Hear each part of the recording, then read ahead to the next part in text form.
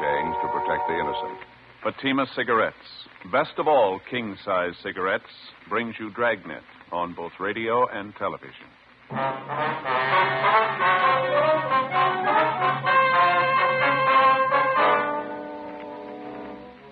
You're a detective sergeant.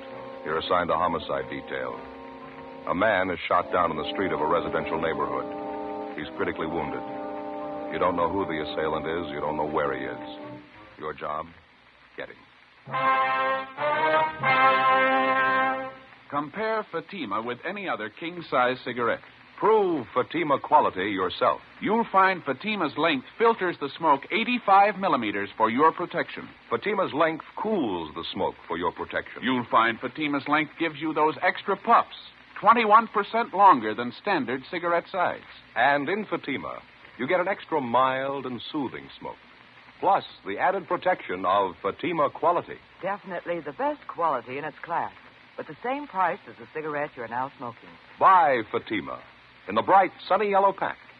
Best of all, king-size cigarettes.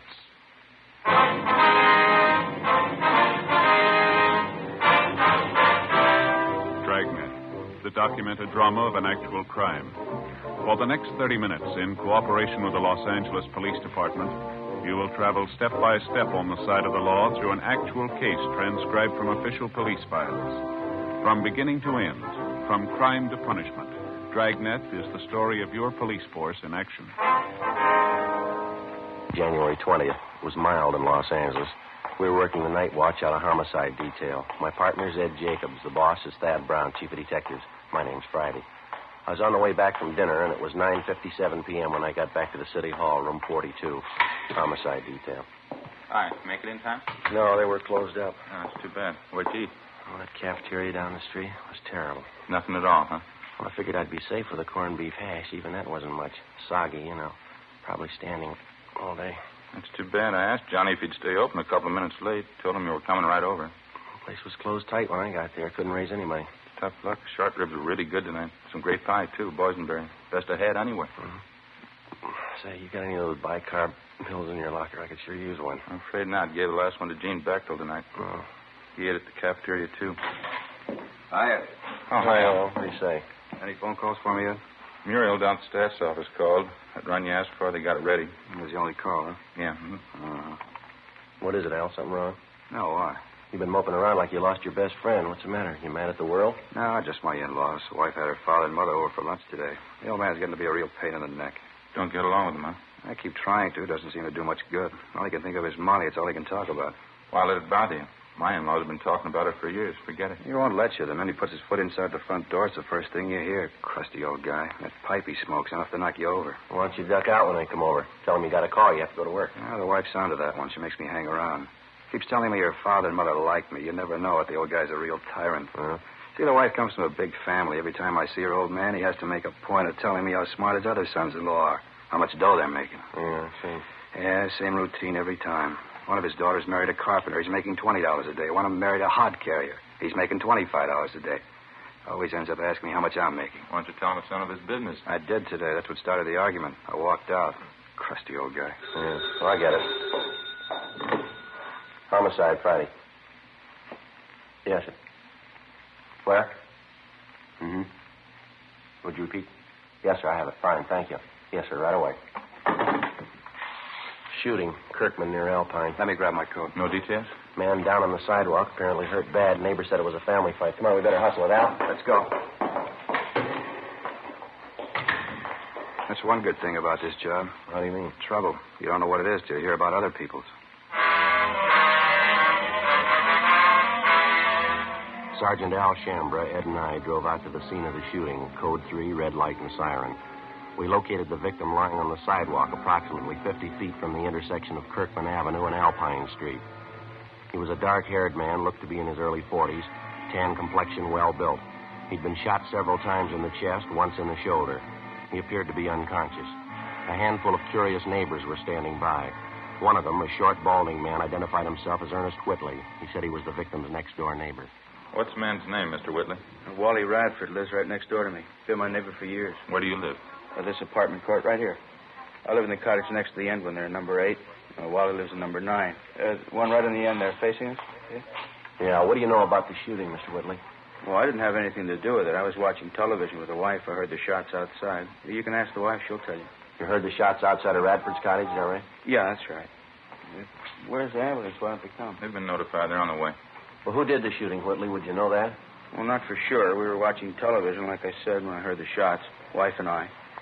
First, I heard the shots, and then I heard somebody yell. I thought it was some high school kids in a hot rod or something. You know, horsing around outside. Wife told me to get up and take a look anyway, so I did. Uh-huh. On the way to the door, I heard another shot. Then somebody yelled out again like they were hurt. Must have been 6 or 7 shots anyway. Just as I opened the door, I saw Wally go running past. I didn't know what was coming off. He ran right out toward the street here. Weaving back and forth, looked like he'd had a couple of drinks. I didn't know what it was. You didn't see the actual shooting? You didn't see anyone with a gun? Well, no. The only one I saw was Wally. He ran right by me, holding his hands up to his chest. I yelled to him, but he didn't stop. I didn't know if he was drunk or what. When he got out here to the sidewalk, I saw him fall down. I went after him. It was terrible. Say, either one of you got a smoke? Yeah, sure. Look, I'm still shaking like a leaf. There you go. Swell. Thank you. Want a light? Yeah, please. Thanks. You're welcome. Was Radford still conscious when you reached him, do you know? Just about, yeah. I don't know how many times he was shot. He was rolling around on the ground. Pain was terrible. The whole front of his shirt was all stained. I yelled to Mike Desmond, one of the other neighbors. He called you fellas. Did Radford say anything to you? How it happened? He kept moaning about the pain. Kind of made me sick. It was a relief when he passed out. Mm-hmm. Did he tell you how it happened? Yeah, his wife. I figured that was it when I saw what was wrong with him. He told you his wife shot him? Well, they had a big fight today, Wally and his wife. Started this afternoon, been going on all day, all night, yelling at each other, throwing things around. I never expected this, though. Something must have snapped. She must be out of her mind. Where's his wife now? I don't know. Still back in their cottage, I guess. I've been here since the shooting. I didn't see her leave. Joe? Yeah. We got our hands full. Now, what do you got? Just talking to one of the neighbor women back in the court here. She said a Mrs. Radford phoned her about 5 minutes ago. Identified herself as the victim's wife, cottage number 9. What did Miss Radford want with a neighbor? She said she was giving fair warning. She wanted her to pass the word along. What do you mean? Claims she's going to kill anybody that comes after her.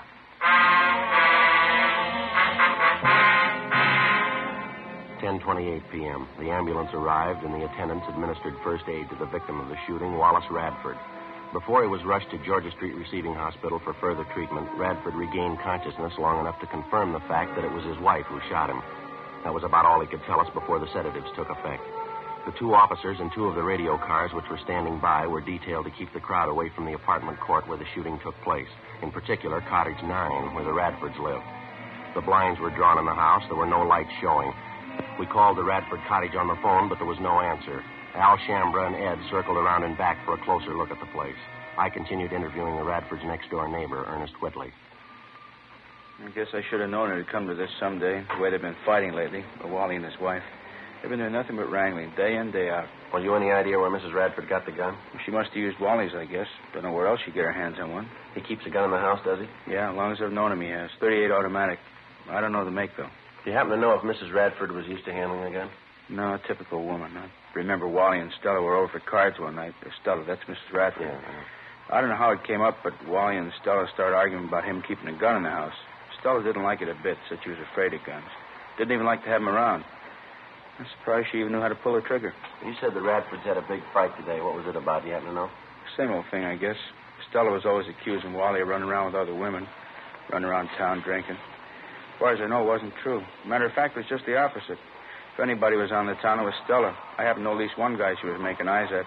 Oh, here's your friend. Hi, what's it look like? Not good. House is pitch dark. Can't hear anyone moving around inside. Won't be easy to get her out of there, Joe, the way the cottage is situated. Why, what's the problem? The rear of the house backs up against that hill there. Yeah. Just a small space between the end of the house and the hill. No back door, just windows. One of them's open a few inches. You mean the front door's the only way in the place, huh? No, there's a side door on the left of the house there, left-hand side. Yeah, it's a kitchen door, Sergeant. Leads right into the kitchen. Just like our place. All the cottages are laid out the same. The living room's just inside the front door, then, huh? Yeah, that's right. Bedrooms in the right rear, kitchen in the left rear. A small bathroom leading off the bedroom leads to the left. She won't come out peaceably. How about a tear gas shell? That ought to bring her out. Well, I don't know if we'll need it, Al. Might be a waste of time. Whitley here was just telling me Mrs. Radford isn't familiar with guns. You think she know how to reload the automatic, Whitley? No, sir. I'm pretty sure she wouldn't. I don't even know if Wally had another clip of shells around the house. Even if he did, Stella wouldn't know what to do with it. Well, how about the clip that's already in the gun? Good chance she's got a couple of shells left. She fired more than half a dozen of them, I know that. She must have gone crazy. There were at least 7 or 8 shots. Well, they're just about empty, the gun. How about it? You want to try rushing the place? Let's go. Okay with me. All right, you better stay out here for the time being, Mr. Whitley. Might be some shooting. You know you taking any chances. Yes, sir, sure. Okay, Sergeant. I'll be right back here if you want me. Thank you very much. All right, let's try it. How you want to handle it? Why don't you and Al take the side door? I'll go in the front. You want to see if we can get a rise out of her first? Yeah. Might be she'll give it up without a fight. I'll call out to her a couple of times first. If there's no answer, we'll rush the place. Okay. Now, let's make it all together, huh? Just wait for a signal. I'll call it out. All right. Okay. That's it. Side door just behind the shrub over there. Give us a little time to get around it, huh? Yeah, now, when I call out the rush, make it fast. It's the only thing we got in our favor. We'll try and surprise you. Right. See you later. Be careful. Miss Radford? Miss Radford, can you hear me? Police officers, you've got your place surrounded. We want you to come out. Can you hear me, Miss Radford? We want you to come out. Miss Radford? All right, let's go. Hit the door.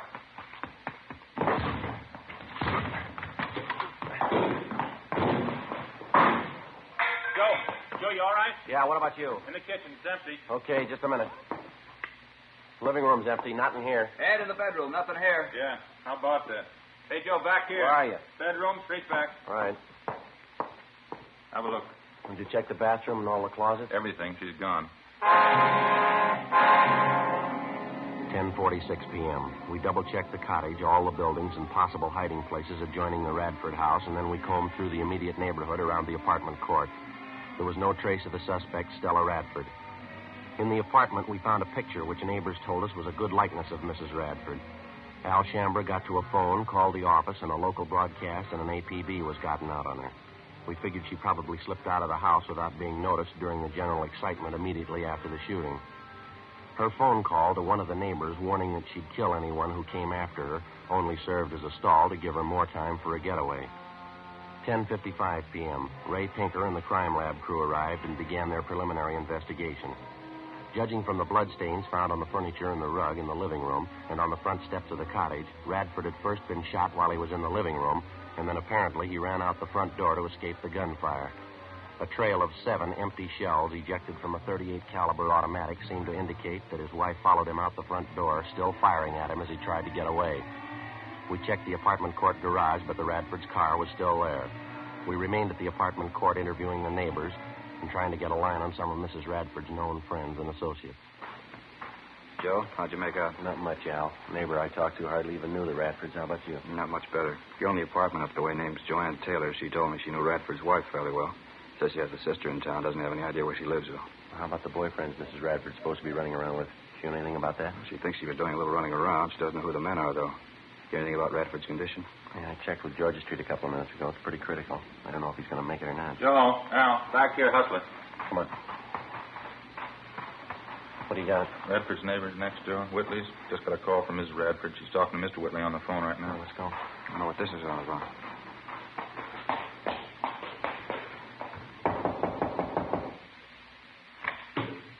Oh, yeah, Sergeant. I was just going to run and get you. You have Mrs. Radford on the phone? I did, yeah. She hung up just before you came in.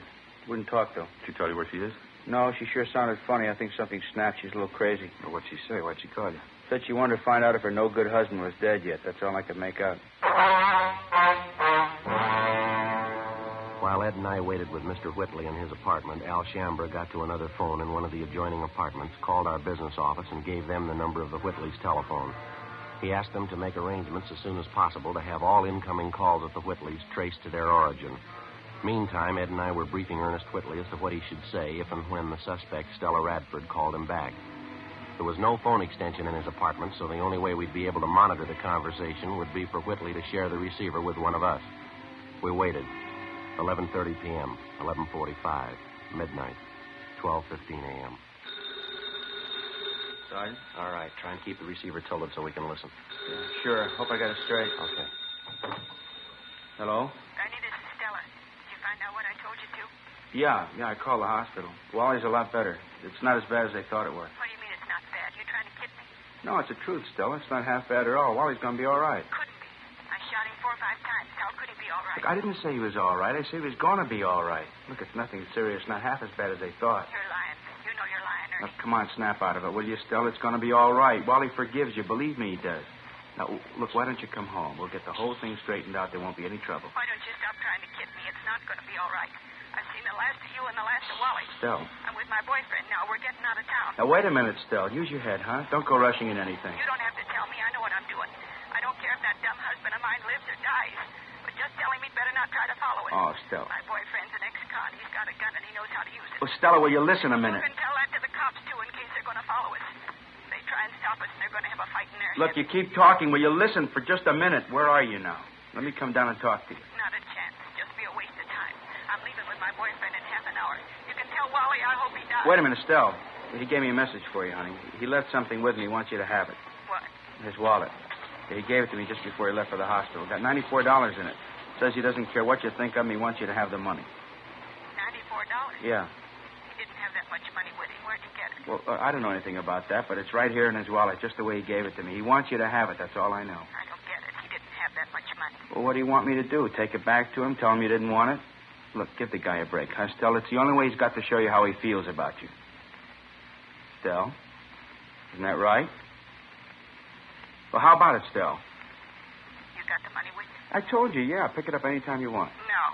You bring it down here.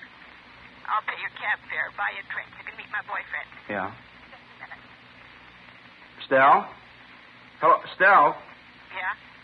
It's about 12:30 now. I'll be down here in half an hour, huh? Uh-huh. I'm in a bar right on the corner. You can't miss it. Where? What corner? 9th and Avalon. As soon as the suspect, Stella Radford, hung up, we went to the apartment cottage next door where Al Shambra was on the phone in constant communication with our business office.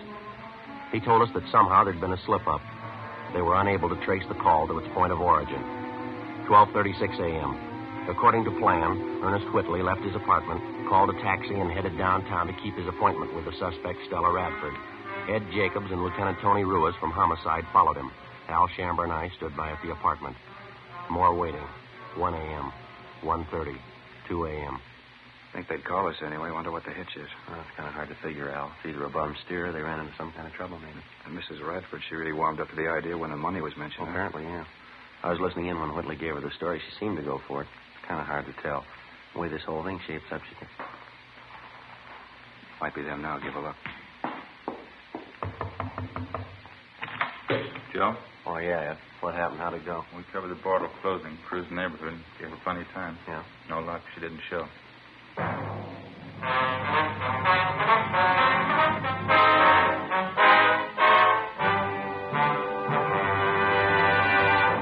You are listening to Dragnet, authentic stories of your police force in action. Fatima, America's first, largest-selling blended cigarette. Now king-size. The only king-size cigarette that makes you this money-back guarantee. Buy a pack of Fatimas. Enjoy Fatima quality, extra mildness, and superbly blended tobaccos. If you're not convinced Fatima is better than the king-size cigarette you're now smoking, just return the pack and the unsmoked Fatimas by August 1st, 1952, for your money back plus postage. Fatima, Box 37, New York 1. Buy Fatima. Compare them with any other king-size cigarette. 1. Fatima's length filters the smoke 85 millimeters for your protection. 2. Fatima's length cools the smoke for your protection. 3. Fatima's length gives you those extra puffs, 21% longer than standard cigarette size. And you get an extra mild and soothing smoke, plus the added protection of Fatima quality. Remember, more smokers now insist on Fatima quality than ever before.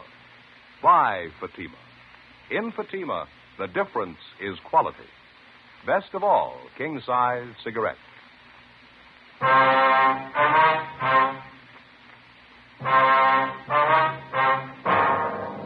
Friday, January 21st, 2:28 a.m. With the failure of the suspect, Stella Radford, to keep the date with her next-door neighbor, Ernest Whitley, at the Avalon Boulevard bar, we reached a temporary stalemate. Despite the fact that checks were made at all restaurants, bars, and other business places in the vicinity of 9th and Avalon open that time of night, there was no report or trace of the suspect. While the search continued, we stood by at the Whitley apartment in the hope that Mrs. Radford might call back. A check of our Records and Identification Bureau failed to turn up any record on either the victim or the suspect, his wife. Ed called Georgia Street Receiving Hospital again, but there was no change. Wallace Radford's condition was still critical. At 2:35 a.m., Stella Radford telephoned again. While we listened in, she told Whitley that she'd had no intention of keeping that appointment with him at the Avalon Boulevard bar. She told him that she knew he was working with the police, that she saw officers follow Whitley to the bar where they were supposed to have met. She again warned him of the consequences in the event anybody tried to apprehend her. After she hung up, we checked with the business office, and they told us that the calls had been coming from a telephone prefix which was impossible to trace. 10 minutes later, Whitley got another call from the Radford woman. The conversation went on for the better part of 20 minutes. She didn't seem to make much rhyme or reason. Her only concern was the condition of her husband, whether or not he was dead. She hung up abruptly, but 15 minutes later, she called Whitley again. Look, Stella, I told you there isn't going to be any trouble. Now, why don't you go and see Wally? He's lying down there in the hospital. He wants to see you. How about it, huh, Stella? Is he dead or not? That's all I want to know. My boyfriend and I are leaving first thing in the morning. I want to find out before I... Why don't you at least give me a chance to talk to you, Stella, huh? We've been good friends. You know I wouldn't do anything to hurt you, you or Wally. Now, let me talk to you, huh? There's nothing to talk about. If you got anything to say, you can tell me now. All I want to do is find out about I Wally. told you he's hurt, but he's going to be all right. It's not serious. Stella? Why don't you stop lying to me? But I'm not lying, Stella. I wouldn't lie about something like that. What's the matter with you anyway? You been drinking? What's it your business? You're not kidding me, Ernie. You're trying to help the cops. Don't you think I know that? What kind of a fool you think I am? But I'm trying to help, Stella, that's all. Sure, you're trying to help. Not me, though. You're trying to help the cops. I know they're with you. When we made that date to meet at the bar, you told them all about it. No. You left the house and they left right after you. I know Stella. all about it. No, you got it wrong, honey. I'm trying to help both of you, you and Wally. I'm trying to help the best way I know how. Now, why don't you come home? I told you we'll straighten the whole thing out. There won't be any trouble. Don't hand me that. I said we're leaving town, me and my boyfriend. Now, what about that money? $94. She said Wally wanted me to have. Yeah, that's right. He does. Now, how can I get it to you if you don't trust me? Get away from the cops, that's all. Oh, Stella. Maybe I could use the money, but I'm not giving myself up. Look, you're wrong about the cops, Stella. Believe me, you are. Now, why won't you let me meet you someplace? Any place you want, just let me talk to you. How many times do I have to tell you there's nothing to talk about? All I want to know is about Wally. Is he dead yet? But I told you, he's not dead. He's going to be all right. But why can't you believe me? It's not what they thought. Wally will be okay. Ed, Yeah? in the next room. But what for, Stella? Why? Now, come on, snap out of it, huh? No, it's the truth, so help me. Yeah, what's the matter? Well, it just happened to strike me. You hear that streetcar that just went by a minute ago? Yeah, I did. Why? Did you notice a little before that when we were listening on the phone? Sounded like the same thing coming over the line, didn't it? Yeah, come to think of it, it did. Matter of fact, I heard it a couple of times coming over the phone. It's pretty regular. Yeah, that's what I mean. Streetcars have been passing by here regularly, too. Not much of a time lapse either. Not much more than a minute. Mm-hmm. Well, I mean between the time when we hear it over the phone and the time the streetcar actually passes this place. Yeah? Well, if we've got the right angle, there's only one way to figure here. She's phoning from somewhere in the neighborhood, and she's fairly close, wouldn't you say? Where do we start looking? Well, car tracks only run two ways. 3:30 a.m. Ed and I went back into the next room and continued to monitor the conversation between Whitley and Mrs. Radford. Whitley seemed to know how to keep the suspect talking, even though the purpose of her conversation seemed to make little or no sense. At 3:42 a.m., while we listened in, on the other end of the line, we again heard the sound of a streetcar approach and pass. Ed checked his watch. Approximately 1 minute, 38 seconds later, we heard a streetcar pass by in front of the apartment court. Before Ed and I left, we jotted down a note for Whitley asking him to keep Mrs. Radford on the line just as long as possible. We got in the car and drove north along the car tracks at about the normal speed of a streetcar. 1 minute and 38 seconds of driving brought us a distance of little more than 8 blocks. It was on the fringe of a park area. There were only 3 residential buildings in the immediate vicinity. There were no lights showing in any of them. We checked the location for public telephones, but we found none. 4:15 a.m., we turned around, drove back to the apartment court, and using the same timing procedure, 1 minute, 38 seconds at 25 miles an hour, we drove along the car line in a southerly direction. Sure not much of a choice. Bars are closed, most of the restaurants. No lights burning on this block. A few up ahead there in the next block, Ed. Yeah. Got to come pretty soon, doesn't it? Yeah, it's a minute right now. I can't see how we'd be wrong on it, can you? Too much to write off is just a coincidence. A minute, 15 seconds. A minute, 20. Better slow down, huh? Yeah. What do you think? Well, it's a service station across the street. Yeah, it's closed up. Well, a lot of them have outside payphones, don't they? You see any? No. None on this side. Let's see, I'll pull up in there, huh? Yeah. There's a phone booth in the back there. There's no light, though. Looks like somebody in it. Yeah. Looks like a woman. Yeah, it is. Come on. All right, hold it up, lady. She's running for it, Joe. All right, come on. Hold it up, lady. Police officers. Let go. Let go of me. What do you think you're doing? Police officers, lady. Here's our identification. I'd like to talk to you. You leave me alone. Just leave me alone. That's all. I don't have to talk to you. Your name's Stella Radford, isn't it? No, it isn't. Is that your identification? Who sent you here? Who was it? Are you Stella Radford? You couldn't have found out. How'd you know I was here? It was Ernie, wasn't it? Him and his friends. He told you. No, ma'am. I don't see how you found me. Somebody had to tell you. You never could have found me. I don't see how I made any mistake. Yeah, that's right. Let's go, lady.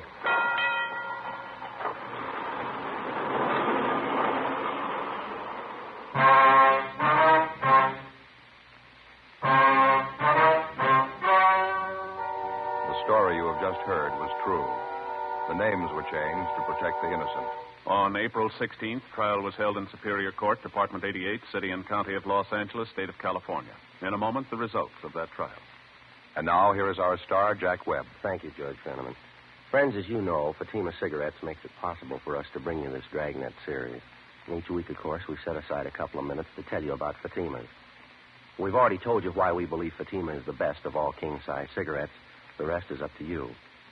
I suggest you buy a pack of Fatimas and compare them yourself.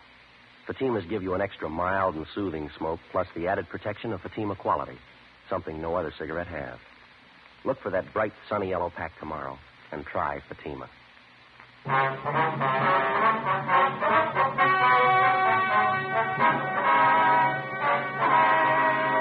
The victim of the shooting, Wallace John Radford, recovered from his wounds and refused to press charges against his wife. However, she was tried in Superior Court and found guilty of Section 245 PC, assault with a deadly weapon. She was sentenced to the term prescribed by law. Assault with a deadly weapon is punishable by imprisonment in the state penitentiary for a term not less than 1 nor more than 10 years. Ladies and gentlemen, Mr. Joseph M. Kinnick, President of the California State Juvenile Officers Association. Thank you. The California State Juvenile Officers Association has asked me to present this award of merit to Jack Webb and to Dragnet for outstanding service to law enforcement in the authentic and sympathetic portrayal of the police officer in the field of delinquency control. Thank you very much, Mr. Kenny. And I'll be looking forward to meeting you again and the members of your association at your annual conference banquet tomorrow night here in Los Angeles.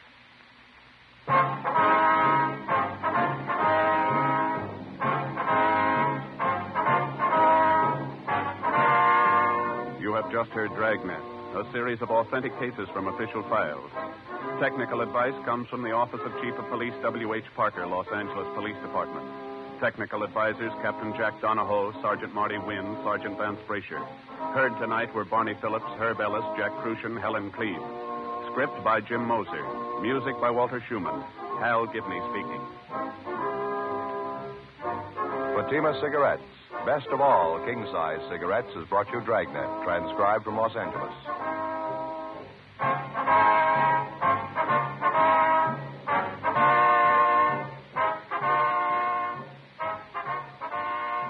Ladies and gentlemen, nature plus the threat of man-made catastrophes make continuing help in constant preparedness necessary. The Red Cross binds these needs. Answer the Red Cross call with a generous contribution.